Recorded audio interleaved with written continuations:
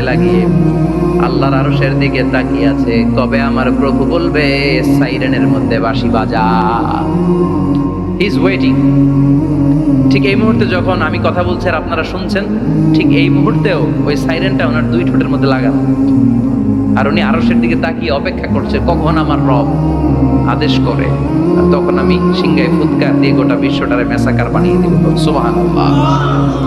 এই ঘটনাটাই আল্লাহ প্রামাণ্য দলিল দিয়ে বর্ণনা করেছেন। আর বর্ণনা করতে যে এই সূরার নাম দিয়েছেন আল কারিআ। কি নাম? মানে বিকট আওয়াজ, ভয়ঙ্কর আওয়াজ, বজ্রনিনাদ, মহাপ্রলয়ের সেদিন এমন আওয়াজ হবে যে আওয়াজ পৃথিবীতে কেউ কোনোদিন আমরা শুনি নাই। পৃথিবীতে কে সবচেয়ে বড় আওয়াজের কি শুনেছেন বলেন? সিডরের ভয়ঙ্কর আওয়াজ। হ্যাঁ, কিসের আওয়াজ? বজ্রপাত। বজ্রপাত, থান্ডার, হেডার আওয়াজটা আসলেই ভয়ঙ্কর।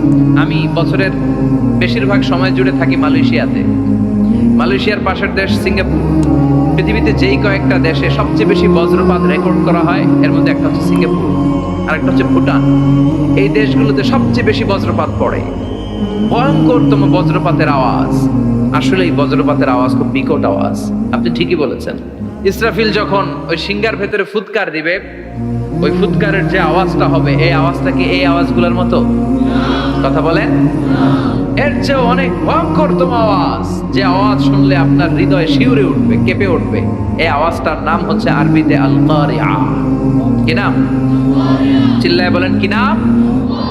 এজন্য আল্লাহ বললেন আল কারিআতু মাল কারিআতু ওয়া মা আদরাকা মাল কারিআ।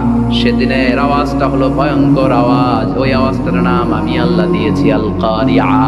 আল কারিআ মাল কারিআ ওয়া মা আদরাকা মাল কারিআ।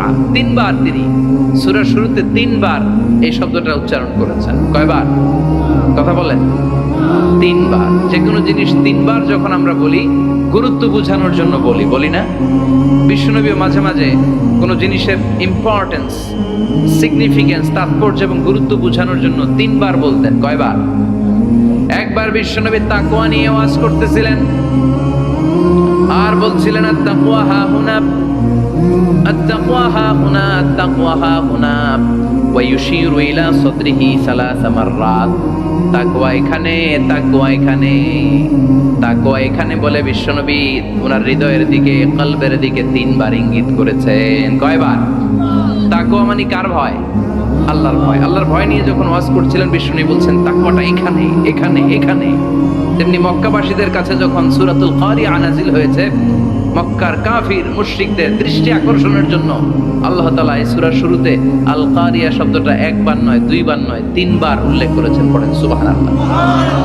আল্লাহ বললেন আল কারিআতু মাল কারিআতু ওয়া মা আদরাকা মাল কারিআ ইয়াওমা ইয়াকুনুন নাসু কাল ফারাশিল মাবথুস ওয়া তাকুনুল জিবালু কাল ইহনিল মানফুশ। সুবহানাল্লাহ পড়েন।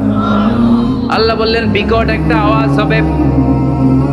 তিনটা আওয়াজ করার জন্য, তিনটা হুইসেল বাজানোর জন্য ইসরাফিলকে আমি বানালাম। প্রথম সিংহার ফুৎকার যখন ইসরাফিল ফেরেশতা হুইসেলের মধ্যে দিয়ে দিবে, তখন যেই ভয়ঙ্কর শব্দটা হবে, ওই শব্দটার নাম হলো আল কারিআ। কি নাম? আল কারিআ। ওটা দেওয়ার সাথে সাথে পুরো পৃথিবীটা লন্ডভন্ড হয়ে যাবে। এখন আমরা যেরকম আরামসে বসে আছি, ওই সময় পৃথিবীর অবস্থা এরকম থাকবে। আল্লাহ বললেন ইয়াউমা ইয়াকুনুন নাসু কাল ফারাশিল মাবথুস ওয়া তাকুনুল জিবালু কাল ইহনিল মানফুশ। সেদিন মানুষগুলো বিক্ষিপ্ত পতঙ্গের মতো নিক্ষিপ্ত হবে। পাহাড়গুলো ভেঙে খান খান হয়ে যাবে। তুলার মতো পাহাড় ধ্বনিত হতে থাকবে, তুলার মতো। সুবহানাল্লাহ পড়ে। মানুষগুলো ছিটকে পড়বে। এই পৃথিবীর মাধ্যাকর্ষণ শক্তি থাকার কারণে আমরা ছিটকে পড়ি না। এই যে বসে আছি, সবকিছু পৃথিবীর মধ্যে লেগে আছে। এটার কারণ দ্য গ্র্যাভিটেশনাল ল, গ্র্যাভিটেশনাল পাওয়ার। এটা পৃথিবীর সবকিছু তার কেন্দ্রের দিকে টেনে রাখে। কিন্তু কিয়ামতের দিন আল্লাহ পৃথিবীটারে ধরে যখন একটা ঝাঁকুনি দিবেন, একটা কাঁপুনি দিবেন, একটা ভাইব্রেশন দিবেন, একটা আর্থকোয়াক, একটা ভূমিকম্প দিবেন, মুহূর্তের মধ্যেই পুরো পৃথিবীর সবকিছু ছিটকে পড়ে যাবে। চিল্লায় পড়েন আল্লাহু আকবার।